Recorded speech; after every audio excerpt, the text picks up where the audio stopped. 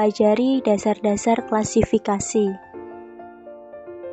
Terdapat beberapa dasar klasifikasi yang digunakan dalam mengklasifikasikan makhluk hidup, antara lain ciri-ciri morfologi, cara reproduksi, manfaat atau kegunaannya, ciri-ciri kromosom, kandungan gen dalam kromosom, dan kandungan zat biokimia. Nah, sekarang bagaimana sih proses klasifikasi makhluk hidup dilakukan? Proses klasifikasi makhluk hidup dilakukan dengan cara mengelompokkan makhluk hidup berdasarkan perbedaan dan persamaan ciri-ciri makhluk hidup. Misalnya nih, kita menjumpai berbagai jenis hewan dan kita akan mengelompokkannya. Hewan yang memiliki persamaan ciri-ciri kita jadikan satu kelompok. Contohnya, kambing dan sapi menjadi satu kelompok mamalia karena memiliki persamaan ciri-ciri, yakni memiliki rambut pada kulitnya dan hewan betinanya memiliki kelenjar susu. Sedangkan hewan yang memiliki perbedaan ciri-ciri membentuk kelompok lain. Berdasarkan dasar-dasar klasifikasi seperti yang sudah dijelaskan sebelumnya, sistem klasifikasi makhluk hidup dibedakan menjadi 3 sistem. Yang pertama yaitu klasifikasi sistem alamiah. Klasifikasi sistem alamiah merupakan klasifikasi untuk membentuk takson-takson yang bersifat alami atau sesuai kehendak alam. Dasar yang digunakan yaitu adanya persamaan sifat, terutama sifat-sifat morfologi. Kedua, klasifikasi sistem artifisial atau buatan. Klasifikasi sistem artifisial yaitu sistem klasifikasi yang mengutamakan tujuan praktis, misalnya berdasarkan kegunaannya. Berdasarkan kegunaannya, tumbuhan dikelompokkan menjadi tanaman obat, tanaman hias, tanaman makanan pokok, dan lain sebagainya. Selanjutnya yang ketiga yaitu klasifikasi sistem filogenetik. Klasifikasi ini didasarkan pada jauh dekatnya kekerabatan antar organisme atau kelompok organisme dengan melihat kesamaan ciri-ciri morfologi, struktur anatomi, fisiologi, dan etologi atau perilaku. Contohnya, tumbuhan tembakau mengandung nikotin, sedangkan tumbuhan kecubung mengandung skopotamin. Kedua tumbuhan tersebut mempunyai alkaloida yang sejenis sehingga kedua tumbuhan tersebut dikelompokkan dalam satu suku yang sama, yaitu Solanaceae. Selanjutnya, kita akan mempelajari tentang tingkatan takson dalam klasifikasi. Tingkatan takson adalah tingkatan unit atau kelompok makhluk hidup yang disusun mulai dari tingkat tertinggi hingga tingkat terendah. Ini merupakan gambar bagan tingkatan takson makhluk hidup. Urutan dari kingdom ke spesies disusun berdasarkan persamaan ciri-ciri yang paling umum. Kemudian, semakin ke bawah, persamaan ciri-ciri semakin khusus, serta perbedaan ciri-ciri semakin sedikit. Dapat dilihat, urutan pertama dimulai dari kingdom atau kerajaan, yang merupakan tingkatan takson tertinggi dengan jumlah anggota takson terbesar. Kedua yaitu filum atau divisi. Filum digunakan untuk takson hewan, sedangkan divisi digunakan untuk takson tumbuhan. Ketiga yaitu kelas. Dari divisi atau filum masih dibagi menjadi kelas-kelas menurut ciri-ciri yang masih umum.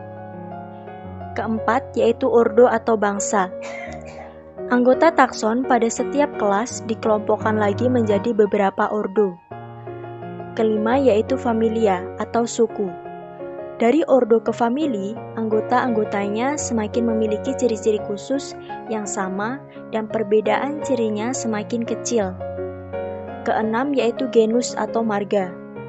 Anggota takson tiap famili dikelompokkan lagi menjadi beberapa genus, berdasarkan persamaan ciri-ciri tertentu yang lebih khusus. Ketujuh yaitu spesies, merupakan tingkatan takson paling dasar atau terendah. Spesies menunjukkan nama individunya, bukan nama golongannya. Selanjutnya, silakan perhatikan tanda panah di sebelah kanan dan kiri bagan. Semakin tinggi tingkatan takson atau dilihat dari urutan terkecil ke terbesar, akan semakin banyak anggota takson, tetapi semakin banyak pula perbedaan ciri antar anggota takson. Sebaliknya, semakin rendah tingkatan takson atau dilihat dari urutan takson terbesar ke terkecil, menunjukkan semakin sedikit anggota takson, dan semakin banyak pula persamaan ciri antar anggota takson. Selanjutnya, kita akan mempelajari sistem tata nama makhluk hidup.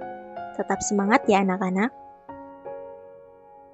Beberapa hal yang perlu diingat dalam tata nama makhluk hidup yaitu: pertama, setiap jenis makhluk hidup diberikan nama ilmiah.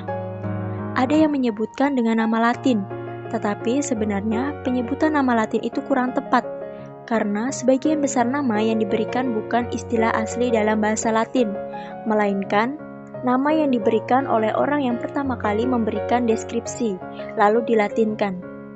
Orang yang memberikan deskripsi suatu spesies disebut deskriptor.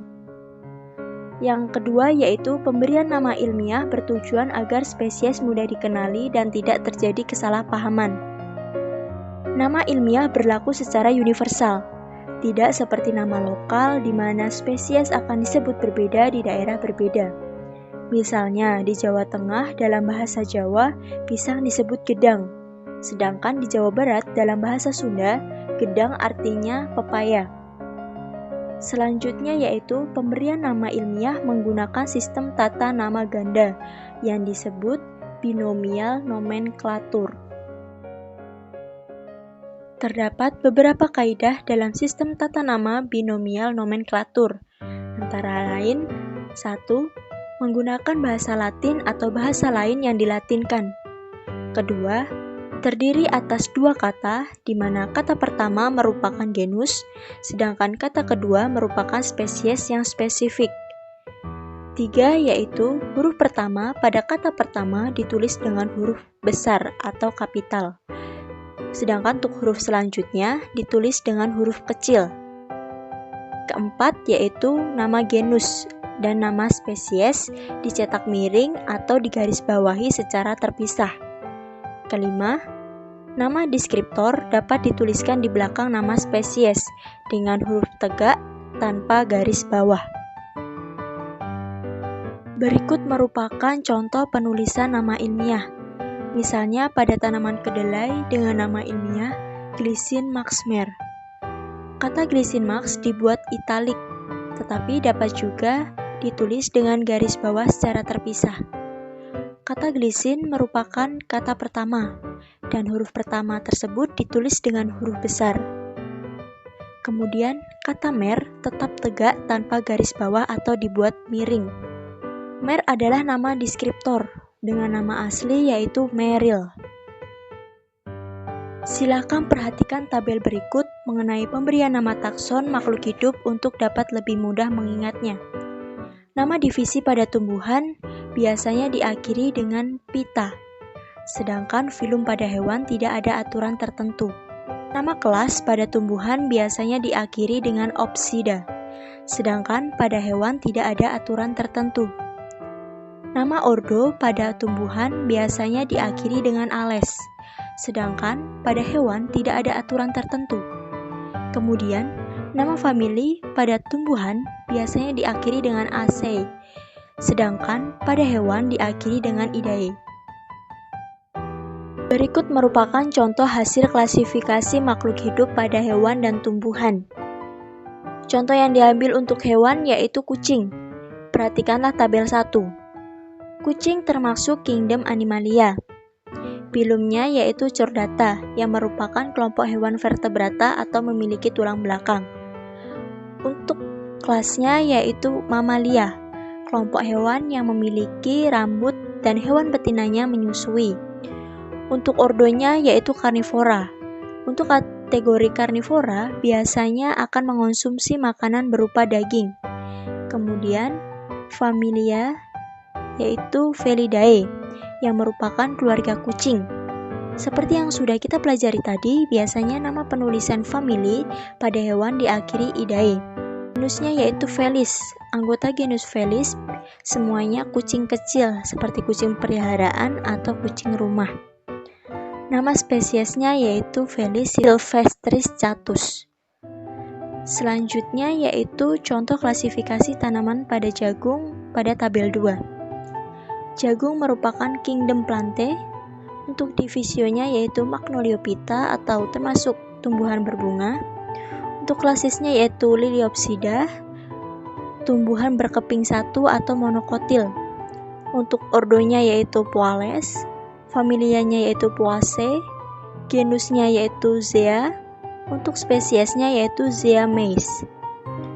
Penulisan untuk akhiran setiap kata divisio, kelas, ordo, dan famili sesuai dengan yang kita pelajari sebelumnya.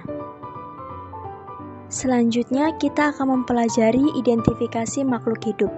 Yuk tetap semangat, bentar lagi selesai nih. Beberapa hal yang perlu diperhatikan dalam melakukan identifikasi makhluk hidup yaitu pertama, pengetahuan tentang klasifikasi makhluk hidup. Kedua, pedoman atau kunci determinasi. Ketiga, buku referensi atau pustaka atau sumber referensi lainnya. Keempat, yaitu gambar organisme yang sudah diketahui dan telah memiliki nama. Kelima, yaitu spesimen acuan yang berupa organisme yang diawetkan. Selanjutnya kita akan mempelajari tentang kunci determinasi.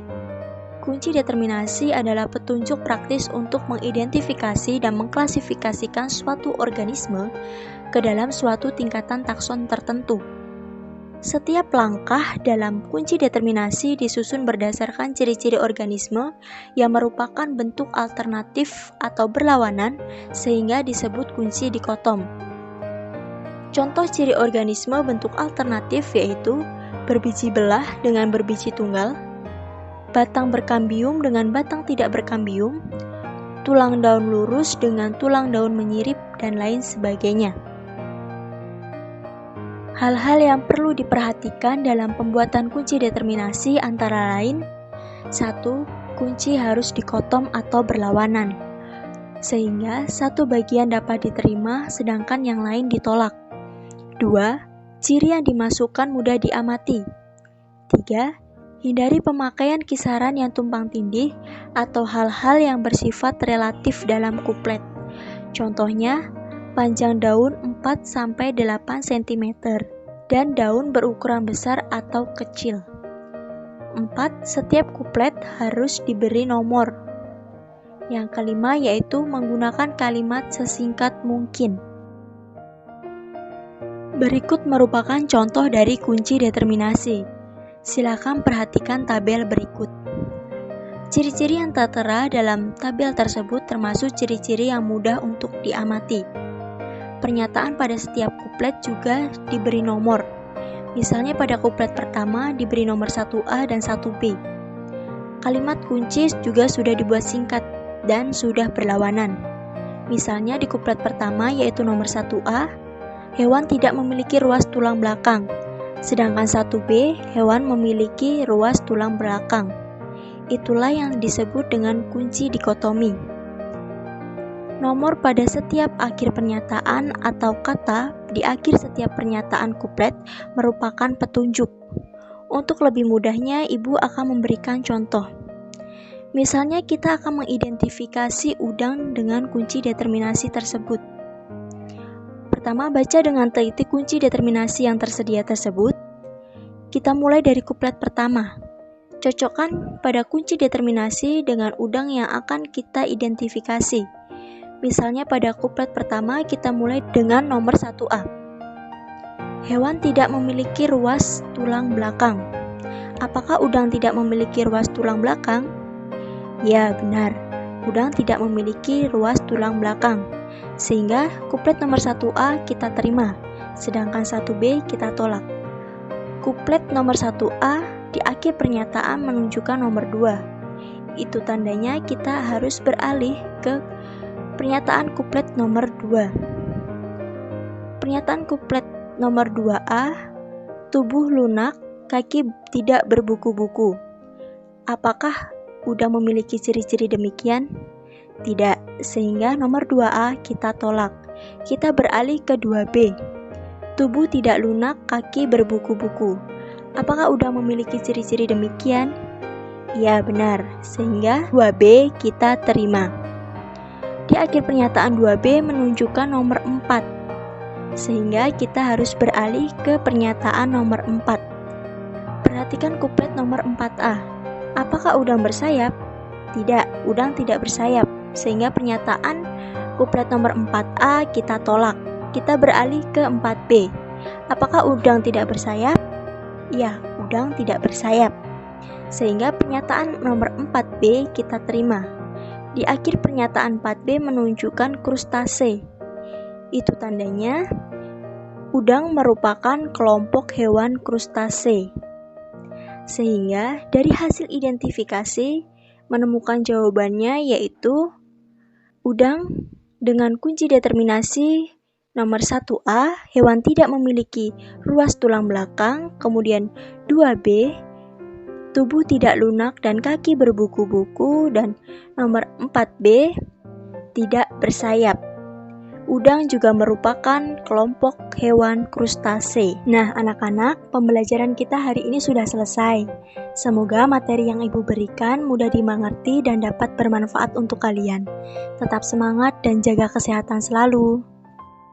Jangan lupa guys, di subscribe dan di lonceng. Mantap.